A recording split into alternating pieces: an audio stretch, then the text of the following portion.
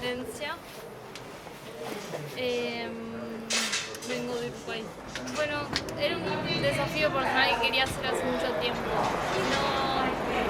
No lo veo como con una connotación religiosa, pero sí, cuando veo que mucha gente lo hace y lo aventura, me gustaba como experimentar eso, también, como el significado. Sobre todo, la gente viene como buscando desafiar sus límites también, como de la resistencia y vivir, qué sé yo, algo diferente de caminar tanto tiempo. Es diferente a lo que estamos acostumbrados.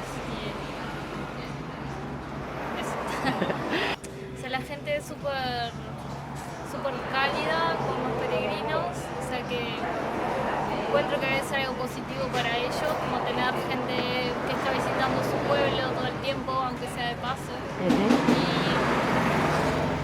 Y económicamente ayuda también, aunque sea pasar a tomarse un café, comer un bizcocho, como estamos haciendo ahora, pero no son negocios locales que se apoyan mucho en la gente que está de paso.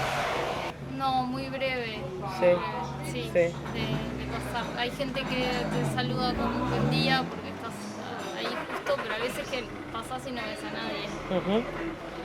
No, está muy bien, por lo menos los sectores que yo hice están muy bien señalizados y muy bien mantenidos.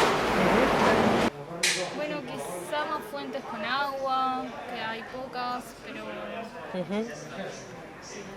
Y por último ya, ¿es tu primer camino? Sí. ¿Será el último? No, probablemente no. Probablemente achique mi mochila para la próxima, pero bueno, es el aprendizaje. Primer camino. No, qué bueno que lo disfruten, que lo hagan y nos veremos a la